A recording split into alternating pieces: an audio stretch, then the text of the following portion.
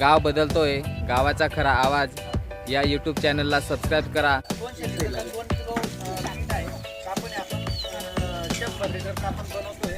त्याला 1 किलोचे पीठ घेतलं, त्याची आपण जसं शेणाची स्लरी बनवली तशी आपण पिठाची पण स्लरी बनवून घेतली. ही पण याच्यात पीठ आपल्याला डाळीचंच पीठ पाहिजे.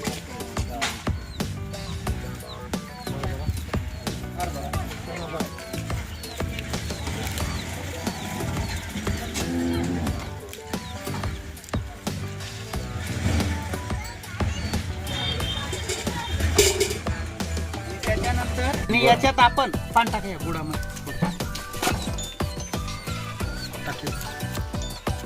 हा आपण 200 लिटरसाठी 2 किलो गुड आहे. तर आपण आता 100 लिटरचं जे बनवतो याला 1 किलो गुड जे आणली होती, 1 किलो गुडाची बेली, तिचं पण पाणी बनवणार आहे. ते पण आपण याच्यात टाकणार. बांधावरची माती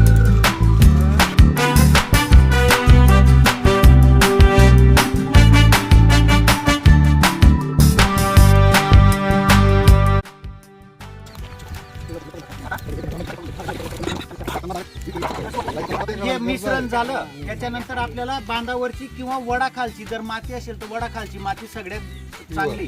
तिच्यात जीवाणूंचं प्रमाण हे जास्त लागतं.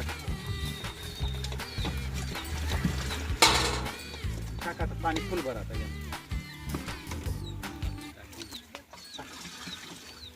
आता हे पण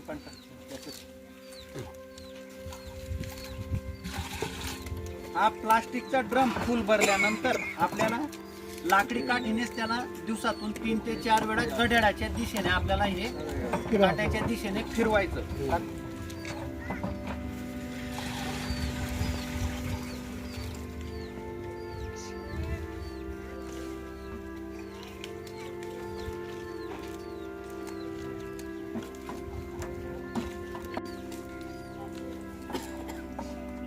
हे द्रावण किती वेळ ठेवायचं? कमीत कमी आपल्याला 48 तास म्हणजे 2 दिवस पर्यंत. आता आजचा टाइम झालाय म्हणजे परवा या तारखेपर्यंत या वेळेपर्यंत तरी हे ठेवलं गेलं पाहिजे. दिवसातून 2 ते 3 वेळा आपल्याला लाकडाच्या काठीने हे ढवळायचं आहे.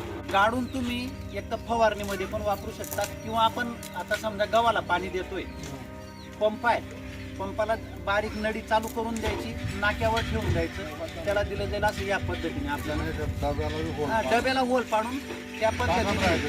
किंवा फळ पिकं आहेत तुमची मिरचीच्या डायरेक्ट बुंद्याला पपई आहे तर बुंद्याला जर टाकला आपण डायरेक्ट तर हे पांढरं मुळं जे आहेत त्यात तयार व्हायला हे चांगली मदत येते. की आपण सांगा पहिले जो रासायनिक खताचा वापर होता त्याच्यापेक्षा जास्तीचे खतं टाकतोय का? जास्तीचे खतं टाकतोय आपण. पहिले जेवढं सुरुवातीला जे कापसाचं असेल गव्हाचं उत्पादन आहे, खतं वाढून सुद्धा उत्पादन कमी येतं आहे का नाही? याचं कारण काय आहे की आपल्या जमिनीमध्ये जे नत्र, स्फुरद, पालाश हे जे आहे हे त्या पिकाला उपलब्ध करून द्यायचं काम जे आहे ते जीवाणूंचं आहे, बॅक्टेरिया आहे. समजा नत्र असेल तर त्या ॲजिटोबॅक्टर नावाची बॅक्टेरिया ते पिकाला उपलब्ध करून देतात. हरभरा आहे, हरभऱ्याच्या मुळावर ज्या गाठी आहेत त्या रायझोबियमच्या गाठी ते त्या पिकाला उपलब्ध करून देतात. फॉस्फरसचा विषय असेल तर फॉस्फरस सोल्युलायझिंग बॅक्टेरिया. हे पण काय झालं आहे, जास्त अतिरासायनिक खताचा वापर जास्त झाला, शेणखताचा वापर कमी झाला, म्हणून आपल्या जमिनीचा सेंद्रिय कर्ब जो आहे तो साधारण 0.50च्या आत येऊन गेलेला आहे. आणि तो साधारण एकच्या जवळपास असला तर हे जीवाणू चांगल्या पद्धतीने काम करतात. मग ते जीवाणूंना जर पुढे काम करण्यासाठी आपल्याला प्रोत्साहन द्यायचं असेल, त्यांना चालना द्यायची असेल तर हे जीवामृत, याचं नावच आहे जीवामृत. अमृत आणि जीवासाठीचं अमृत हे जीवामृत. मग त्याच्यासाठी आपल्याला हे या पद्धतीने आपल्याला 200 लिटरचं हे प्रमाण जे सांगितलं त्या पद्धतीने आपण हे करायचं आहे. प्लॅस्टिकचा ड्रम आहे, आपण या योजनेमधून प्लॅस्टिकच्या ड्रमसाठी पण पेमेंट हे देणारच आहे शेतकऱ्यांना.